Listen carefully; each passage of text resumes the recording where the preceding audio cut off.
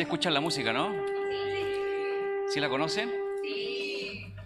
En 1927, una famosa rusa bailarina, Aida Rubinstein, le encargó a su amigo, un músico que se llama Maurice Ravel, que le compusiera un baile, ¿no? Para que ella pudiera hacer su performance. Eso fue en el año 1927.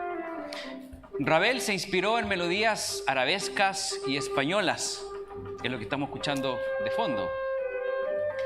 Y fue una composición bien revolucionaria o poco esperable para el momento en el cual fue entregada, al año después de que se le pidió. Tal vez demasiado simple, tal vez muy repetitiva, muy poco virtuosa para los grandes directores de música. Pero generó rápidamente éxito, no necesariamente en los críticos, en los doctos, sino más bien en el público, en la gente. Algo pasó con esta composición, que es la que estamos escuchando. Llegó a ser la obra más interpretada en el mundo entero. Lo que escuchamos de fondo es el bolero de Ravel, Maurice Ravel. Ahora, dice bolero de Ravel. ¿Qué se imaginan ustedes con un bolero? Manzanero, Luis Miguel, una cosa muy diferente. Bueno, es una composición española de hace más o menos 3 siglos atrás, donde los bailarines en España bailaban, pero no se tocaban el uno con el otro. Y los pies como que volaban. De ahí viene la palabra bolero. Pero es muy diferente a la composición que nosotros conocemos como bolero, que viene de Puerto Rico y es la que escuchamos en la radio. Por eso los nombres son similares. Me gustaría analizar esta música que estamos escuchando. Vamos a tratar de fomentar un poco más también la cultura musical. Pero de esta composición vamos a extraer 2 conceptos para recordarlos también auditivamente y cada vez que escuchemos esta obra para escuchar esta charla que es la última de este seminario. El título de la charla, como muy bien lo dijo mi compañero Héctor, ¿lo dijiste bien? Sí, bien. Ostinato increscendo. Así se llama la charla. Vamos a escuchar un momento más. Vamos a disfrutar unos segundos más esta melodía. Ya que tenemos tiempo, nadie está apurado, ¿no? De irse a la casa, podemos seguir escuchando unos segundos más. Lo primero que podemos notar en esta melodía, a medida que la vamos escuchando, ¿qué puede ser? ¿Qué les llama la atención? Aquí hay músicos, ¿no? Aquí hay músicos que leen música, pero tiene algo que es una repetición constante de una melodía, una y otra vez. Esa es una característica muy importante de esta composición del bolero de Ravel. Eso se llama ostinato, que es una obstinación, es una repetición, algo que se repite, se repite, se repite. ¿Se ha fijado cuando uno dice, oye, que eres obstinado en hacer tal cosa? Bueno, de ahí viene el italiano, no el ostinato. Es la misma melodía que se repite una y otra vez. No es una gran composición. Se repite, se repite, se repite. Es una obstinación. Ostinato. Ostinato. Y tiene otra característica esta composición. Cuando yo venía entrando la pusieron, tocaron la melodía y apenas se escuchaba, suavecita se escuchaba. De hecho, esta parte así. ¿Y qué empieza a pasar a medida que pasa el tiempo? Además de la repetición, ¿qué empieza a pasar? Increscendo. Va aumentando gradualmente. Va creciendo. Fíjese ahora cómo van sumándose los instrumentos. Una y otra vez, la misma melodía, pero empieza a crecer. Si pudiéramos ver una gráfica, vamos a ir viendo la intensidad en el tiempo. ¿Sí? Entonces, por eso se llama increscendo, va creciendo. está entonces, esta pieza musical tiene estos dos conceptos, ostinato y crescendo. Vamos a detener la música por ahí. Ya nos quedó muy claro, musicalmente, con estos dos conceptos. Y ahora lo vamos a tomar para traer hasta acá. Nosotros en la iglesia, en la vida cristiana, en nuestro caminar, nunca se nos dijo que cuando íbamos a estar en la iglesia o nos íbamos a bautizar o íbamos a estar aquí, iba a ser un camino fácil, que iba a ser un camino con una alfombra de pétalos y que no íbamos a tener inconvenientes.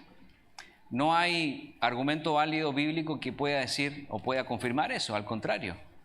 Hay sacrificio, hay dificultades, hay pruebas, hay desafíos, uno tras otro. No es una vida fácil. Es una vida que está continuamente en crisis. Crisis que van ayudándonos a crecer al mismo tiempo.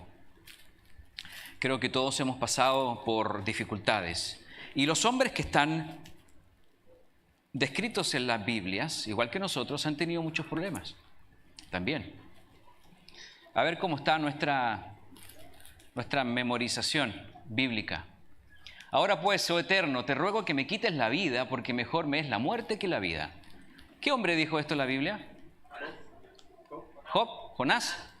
Jonás, muy bien. Jonás 4:3. ¿Por qué no morí yo en la matriz o expiré al salir del vientre? ¿Por qué me recibieron las rodillas y aquel los pechos para que mamase? Pues ahora estaría yo muerto y reposaría, dormiría y entonces tendría descanso. Job, Jeremías. Job 3:11. Muy bien. Un punto para la mesa 4. Y él se fue por el desierto un día de camino y vino y se sentó debajo de este es fácil, ¿no? De un enebro. Y deseando morirse dijo, basta ya, oh Eterno, quítame la vida, pues no soy mejor que mis padres. Ahora sí, ¿qué dijeron? Jonás, Elías. Elías, muy bien. Primera de Reyes 19:4. Nos vamos dando cuenta que estos seres, estos personajes son reales y no son cualquier personaje, son personas importantes, de renombre en las Escrituras. Estoy encorvado, estoy humillado en gran manera, ando enlutado todo el día porque mis lomos están llenos de ardor y nada hay sano en mi carne. Estoy debilitado y molido en gran manera, gimo a causa de la conmoción de mi corazón. Señor, delante de ti están todos mis deseos y mi suspiro no te es oculto. ¿Quién será? David. Bien, ¿eh? Bastante bien, excelente. Salmos 38, 6, 9. Son extractos de situaciones que estas personas vivieron y no la estaban pasando bien. ¿Ok? Último. Maldito el día en que nací. El día en que mi madre me dio a luz no sea bendito. Maldito el hombre que dio nuevas a mi padre diciendo, hijo varón te ha nacido, haciéndole alegrarse así mucho. ¿Quién dijo esto? A ver, Jeremías dice. Oye, bien, ya van 13, ¿no? Bien la mesa. Jeremías 20, 14 al 15. Nos queda claro dónde vamos. Esto está escrito en nuestro libro de texto, en nuestro libro de estudio. Son personas que la pasaron mal. ¿Y quiénes no la hemos pasado mal? No porque seamos masoquistas ni nada de eso, ¿no? Pero de eso se trata esto, de ir creciendo frente a las pruebas. La hemos pasado mal, hemos tenido crisis, hemos tenido inconvenientes. Pero de todo lo que vimos ahora, ¿qué es lo que se mantuvo en ellos y lo que nosotros también debemos mantener cuando estemos en problemas? ¿Cuál es el ostinato de ellos? ¿La fe puede ser? ¿Alguna otra cosa? Esperanza. El enfoque. Confianza. Hay algo que ellos mantuvieron y lo voy a concretar en algo más puntual. La fe sí, la esperanza, todo eso es correcto. Pero hay algo que si se dan cuenta son versículos de nuestras Biblias. ¿A quién le están hablando? Cuando uno se enoja, nosotros como seres humanos, pateamos la puerta, le hablamos mal a la esposa, le gritamos al hijo, nos enojamos con el vecino, con el taxista, nos enojamos con medio mundo. Pero ellos se mantuvieron cerquita de alguien. Le están hablando a Dios. Cuando uno se enoja, me ha pasado muchas veces, no quiere hablar con nadie. Uno no ora. O podemos decir, ora menos cuando está molesto. Ellos querían morirse. ¿Y qué estaban haciendo? Diciéndole a Dios, me siento mal. Pero estaban comunicándose con Él. Entonces eso es algo que se repite, algo que es constante en estas crisis de estos hombres. Un obstinato en sus vidas. Una obstinación de mantenerse cercanos a Dios. Mantuvieron la comunicación con Dios. Habíamos leído algo de David. En Salmos 38, 21 al 22, el rey David finaliza con las siguientes palabras. No me desampares, oh Eterno. De hecho, leímos algo de Salmos, pero al final de este capítulo dice, no me desampares, oh Eterno, Dios mío, no te alejes de mí. Apresúrate a ayudarme, oh Señor, mi salvación. Eso manifiesta todavía más y confirma lo que estamos nosotros hablando, de la cercanía con Dios en momentos de crisis, en momentos tristes, en momentos depresivos en los cuales nos encontramos. El concepto soy columna, que ya hemos hablado una y otra vez de hoy, hemos visto que no está cimentado en nuestras propias fuerzas. Entre ayer y hoy día hemos estado hablando de la necesidad de Dios en nuestras vidas.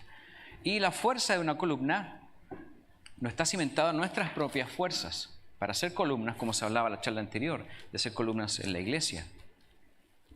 No es por nuestras propias fuerzas, sino que está más bien en la voluntad de que deseemos nosotros que Dios nos fortalezca.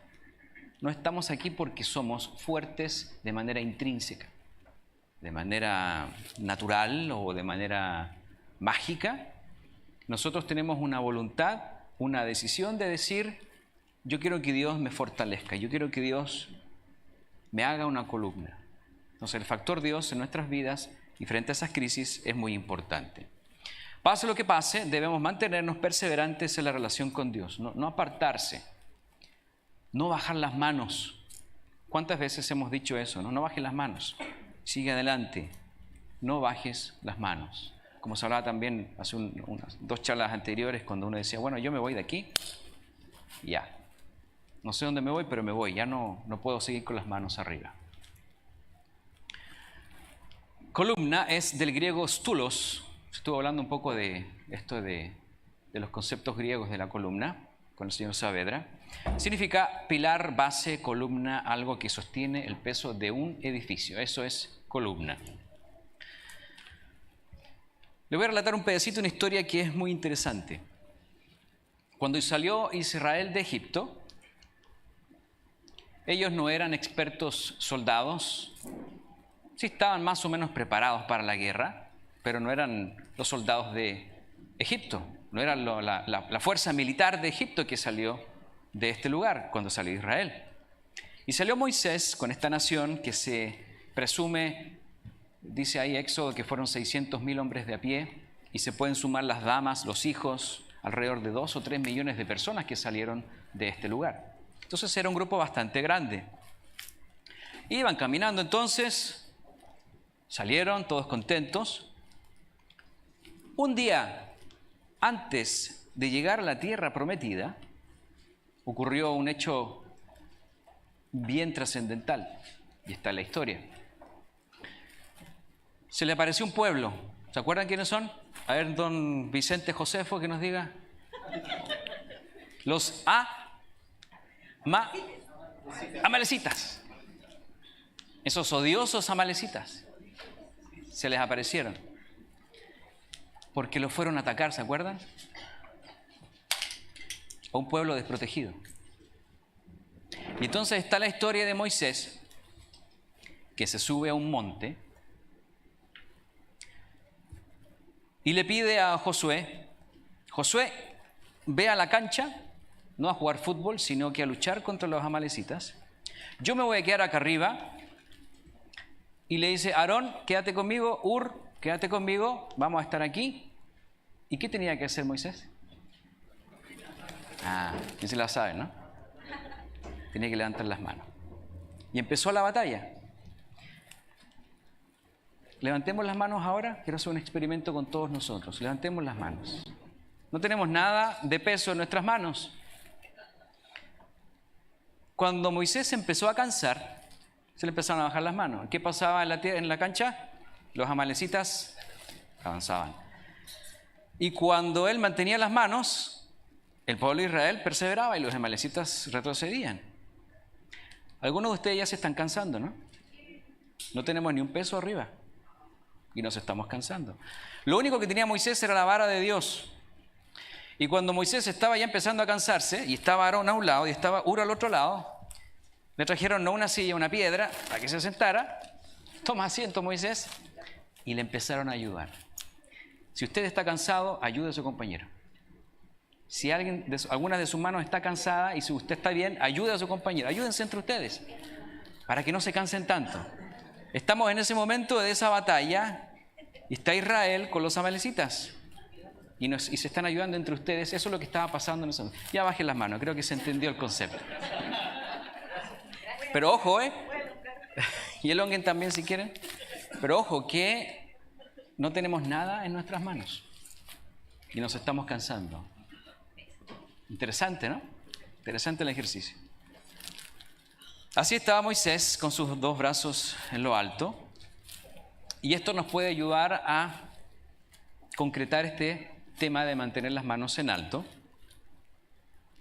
¿Y qué es lo que representa esta escena? Yo la puedo graficar o resumir en una sola frase, que es cómo el poder de Dios, porque no era Moisés, no era la vara en sí, era Dios que los estaba fortaleciendo. Era el pueblo de Dios, era Dios que los estaba fortaleciendo. Entonces es una imagen muy impactante en esa historia. Y así pudieron salir adelante y pudieron derrotar a los amalecitas.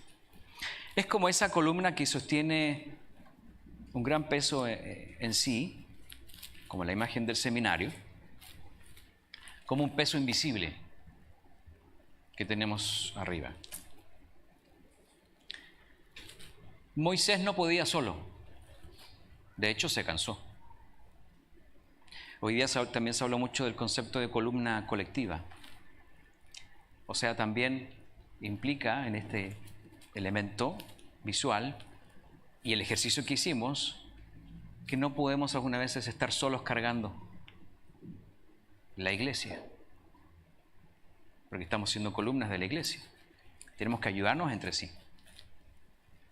Y ahí está la figura de Moisés, Aarón y Hur, y podemos ver nuestros rostros o nuestro perfil en la imagen del día de hoy, de Soy Columna. La carga es colectiva, no es individual. Y volvemos a repetir, uno dice, no, pues ahí está el pastor, que haga lo que lo haga el pastor, que lo haga el Ed, que lo haga aquí. Y uno dice, yo no tengo nada que hacer ahí. Ahí estamos rompiendo ese concepto de la unidad, de edificar juntos y de la responsabilidad colectiva que tenemos como iglesia. Es una carga colectiva.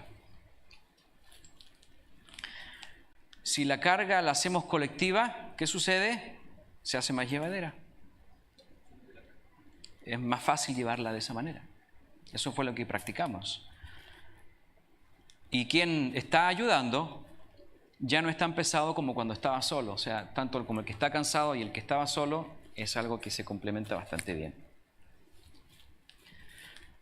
Vamos a reproducir desde donde estábamos la música. Vamos a escuchar un momento más. Y les voy a comentar algo. ¿Alguien ha ido a una orquesta o ha visto una orquesta en video, en YouTube? ¿Qué sucede, para los que más o menos conocen, después de los 3 movimientos? Porque no se aplaude cuando termina el primer movimiento ni el segundo, sino que al tercer movimiento. ¿Qué ocurre cuando termina la orquesta y todos aplauden? ¡Ah, espectacular! Toda la gente contenta. Porque el director se va, ¿no? Se va, aplauden, el tiro viene, le aplauden más. Y cuando llega el director a decir gracias, ¿qué es lo que hace el director? Se da vuelta y le dice a su orquesta, como que apláudenle a ellos, ¿no? ¿Y quién es el primer músico que el director dice párese? El primer violín. ¿Lo han visto? porque son varias cuerdas, violín, la viola, el cello, el contrabajo, etc. Y de las cuerdas le dice al violinista número 1, porque ese es el músico más importante después del director, el violín número 1. Y le dice, párese. Y el violinista se para y agradece. Después para el primero de las otras cuerdas y después los vientos. Y en este tema musical que estamos escuchando no ocurre eso. No le dice al violinista, párese. ¿Ustedes se imaginan a quién le piden el director que se pare?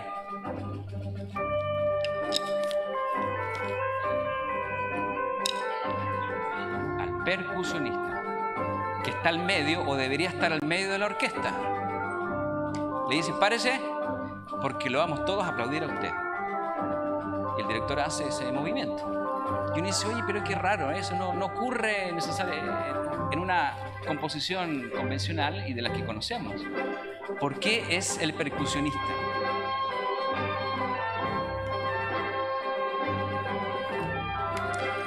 Cuando nosotros pusimos esta melodía, el primer instrumento que suena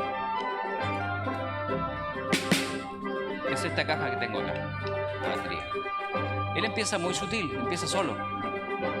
Empieza a repetir un patrón, un ostinato. Ahí tengo lo que el percusionista debe repetir alrededor de 169 veces en 15 minutos. A ver si me resulta.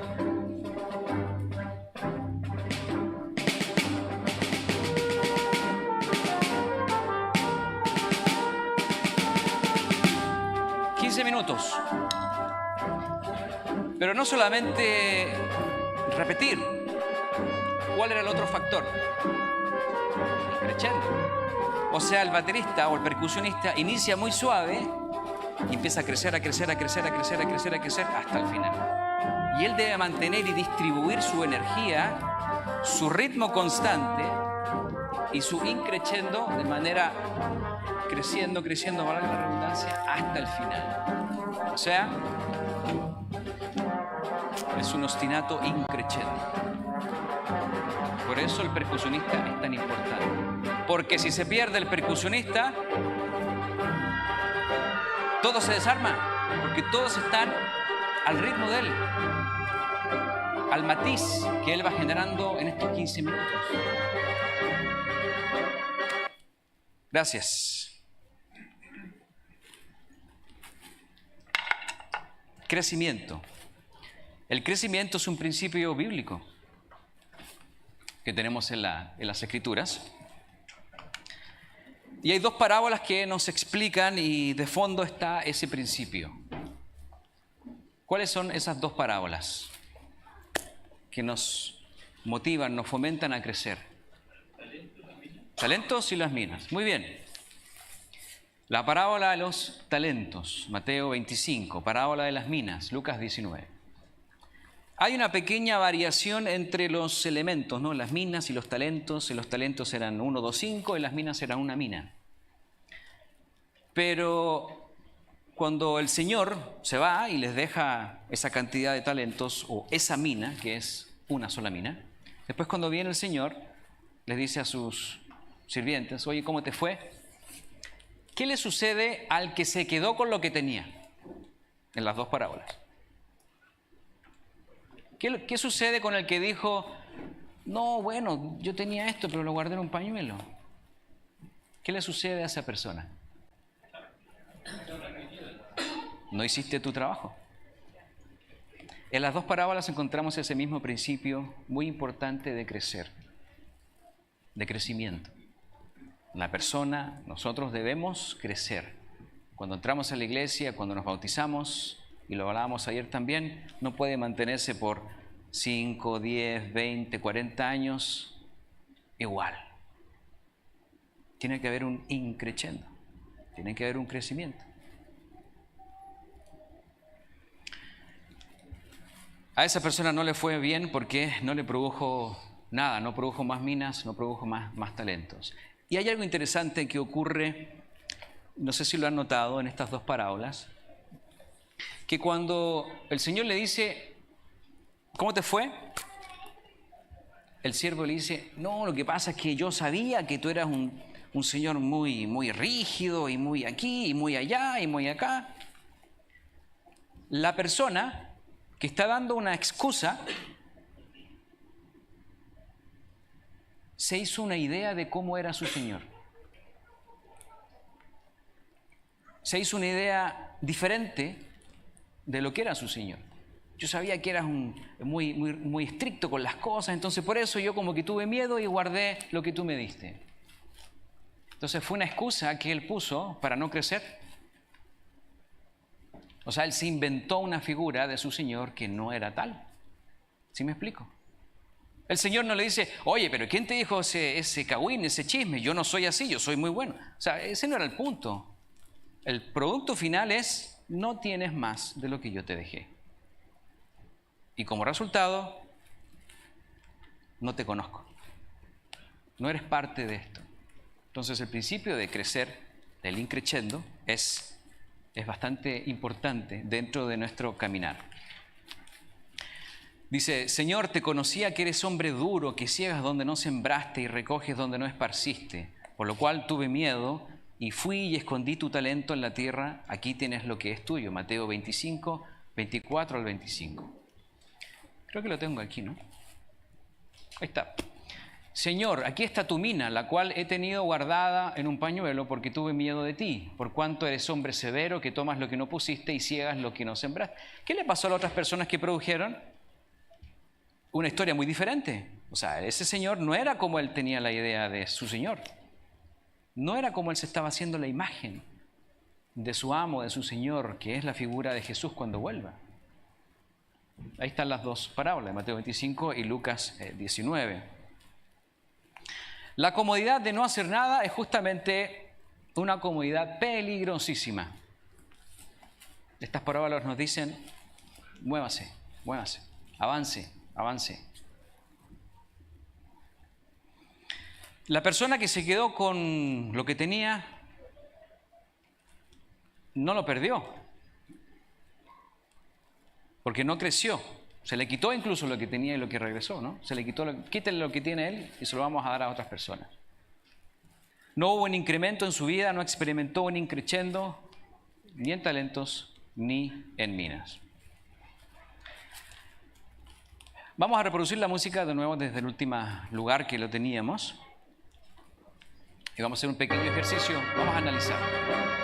Ahí estábamos escuchando, no sé en qué minuto vamos, pero si me puede hacer el favor, maestro, lo vamos a avanzar, no sé en qué minuto vamos. Vamos a avanzarlo al minuto 5, por retrocederlo.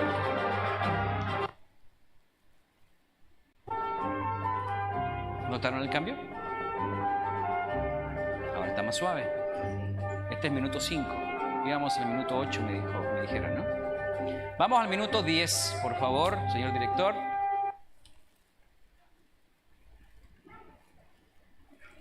El cambio bastante fuerte. Los instrumentos ya tienen una intención. Fíjense ahora cómo empiezan todos a sumarse. Vamos al minuto 1, por favor. Ahí entran los violines, la parte más bonita que me gusta a mí. Las cuerdas. Minuto 1. Apenas se escucha. ¿Sí lo percibe? O sea, la diferencia es enorme. Ahí está la misma melodía, el mismo ritmo, pero hay una intensidad diferente. Estamos analizando algo de una manera bien especial. El bolero de Ravel tiene un incremento que percibimos sutilmente durante toda la obra y cuando lo avanzamos manualmente, vamos a ver la diferencia que hay en las intensidades. Si lo escuchamos los 15 minutos, sabemos que hay diferencia, pero no se percibe tanto como lo acabamos de hacer, avanzando y retrocediendo. Vamos a recapitular lo que tenemos hasta acá. Si quieres detenemos la música, por favor. ¿Qué es lo que tenemos hasta aquí? O ya lo que vamos casi terminando, ¿no? Me adelanté, esa no venía. Tenemos estos dos conceptos en una composición musical, que es el ostinato y el increscendo, que cada uno de nosotros debe tener en nuestras vidas espirituales, nuestras vidas cristianas. Es decir, mantenernos constantemente, si dijimos, como Moisés, con Josué y Ur, cercanos a Dios, como los hombres que pasaron momentos críticos, que dijeron, Dios mío, ahora mátame, ya no quiero más vida. O sea, no estamos hablando de una depresión de porque se apretó un dedo, Estamos hablando de una depresión bastante fuerte, que un hombre le dijo, ya no quiero vivir más, no soy mejor que mis padres. Pero estuvo siempre en la cercanía. O sea, emociones vamos a tener, y buenas y malas, pero se mantuvo esa perseverancia, ese ostinato, esa obstinación de decir, yo no me suelto de ti, yo estoy con Dios. Y aunque me enoje con Dios, le vamos a hablar a Dios, pero no soltarnos. Es muy importante eso porque somos seres emocionales. Por nosotros fluyen emociones. Algunos controlan más, algunos controlan menos. Pero mantenernos con Dios nos ayuda y nos permite crecer y salir adelante a pesar de tener sentimientos o más que nada emociones depresivas. Entonces mantenernos perseverantes en eso, el ostinato. Y el increscendo, es decir, crecer. Crecer en la vida y no mantenernos de manera pareja. Crecer, avanzar, producir talentos. Recuerden que los talentos que se entregan respecto de lo que la persona podía recibir. Según sus, se me olvidó la palabra, capacidades, gracias. Según sus capacidades dio talentos, 1, 2 y 5.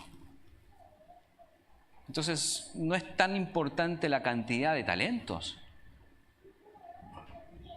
Lo que importa es qué vamos a hacer con ellos. La mina fue una y todos tenían que producir minas. Entonces, crecer con lo que Dios nos ha dado. Es muy importante eso. Y voy a concluir con parte de la historia de la composición de Ravel, que a mí me impactó, por eso la estoy compartiendo, la analicé a profundidad. Y también analicé algo de la vida de él, que no sé si todos lo saben o lo conocen. Un año antes de que Maurice Ravel empezara a componer este bolero, Ravel había desarrollado una enfermedad degenerativa en su cerebro. ¿Alguien sabía eso? Yo no tenía ni idea. Nosotros escuchamos la música, uy, qué bonita, ¿no? Pero esta persona es bastante especial, porque un año antes empezó a desarrollar un problema en su cerebro que era degenerativo, o sea, no tenía mucha solución en su vida y empezó cada vez peor. Era una demencia frontotemporal y se cree que ya tenía comprometido uno de sus hemisferios. Esto es un año antes de componer el bolero de Ravel. Tan solo 4 años más tarde de haber ya presentado la obra, la enfermedad lo incapacitaría totalmente para componer. O sea, 4 años después de Ravel, de su bolero, él ya no pudo componer más de esa enfermedad frontotemporal que tenía en su cerebro, degenerativa. Pero Ravel, que ya estaba enfermo, se valió de 2 cosas para hacer este hermoso bolero. Porque recuerden, no es una composición con escalas y con matices y con subidas y bajadas. Es algo simple. Es algo que repitió y lo hizo crecer. ¿Qué logró Ravel con eso? Esta hermosa composición. Entonces él estaba enfermo cuando hizo esto. Y algunas veces nos decimos, ay, me duele la cabeza, no voy a hacer tal cosa y todo. O sea, estos 2 conceptos son tremendamente importantes para todos nosotros, para hacer columnas. Dice la historia que al año después, no al año, como 2 meses después incluso, a ver.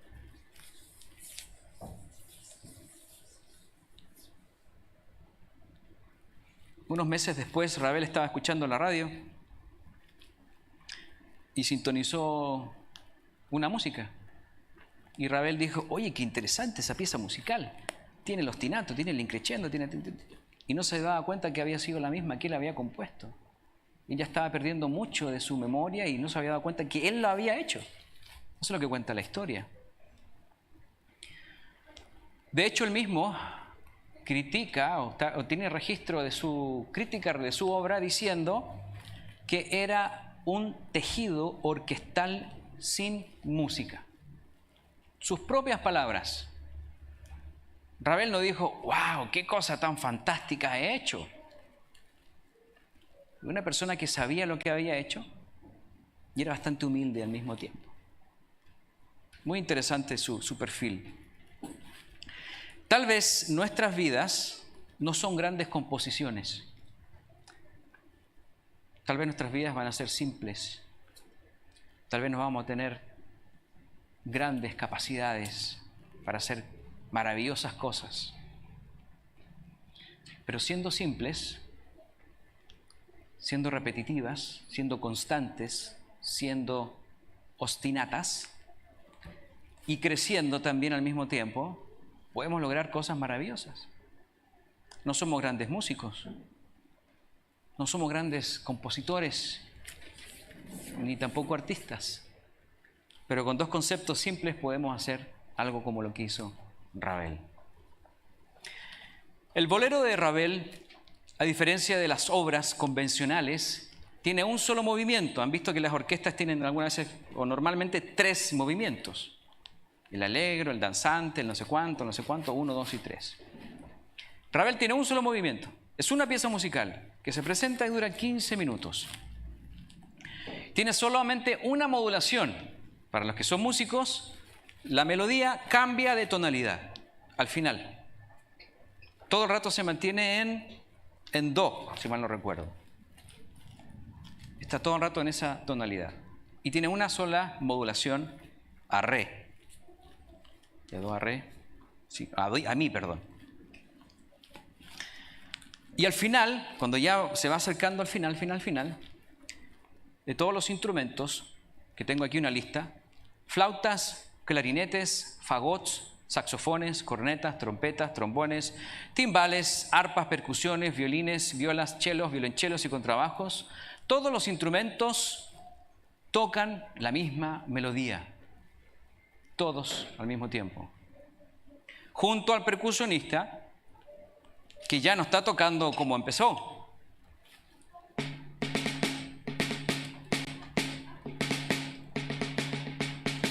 Ya no está así. En algunas piezas, algunas representaciones o presentaciones, se acerca a otro percusionista tocando y ya están así. Están tocando todo lo que dan. Hermosamente con todos los otros instrumentos alrededor. También yo soy columna, ayer y hoy, también yo soy columna. Es algo presente, es algo que se desarrolla en estos tiempos. Para que podamos ser columnas, como lo leímos en Apocalipsis 3:12, que es una promesa de Dios. Sí, Apocalipsis 5:10 nos dice rey y sacerdotes, pero hay una manera también bonita de verlo, ¿no? Columnas del templo de Dios, en el reino. Columnas del templo de Dios. Ese es el gran finale que todos esperamos. Para allá apuntamos todos nosotros. Y espero que podamos escuchar al final de nuestras vidas, imaginándonos que estamos en esa orquesta, con todo este bolero de Ravel, a todo lo que da, cuando termine ese bolero de Ravel, escuchar estas palabras. Bien, buen siervo fiel y fiel, sobre poco has sido fiel, sobre mucho te pondré, entra en el gozo de tu Señor. Vamos a escuchar. Vamos a escuchar ese, quería decirlo antes, Vamos a escuchar el final. Y súbele 2 rayitas, por favor, a este final, al gran finale, porque así termina el bolero de Ravel. Y vamos a estar leyendo esas palabras en nuestra mente, porque así deberíamos terminar nuestras vidas. Hasta el último aliento que tengamos, debería terminar con estas frases en nuestro corazón y debería terminar musicalmente como lo que vamos a escuchar ahora. Adelante, maestro, por favor.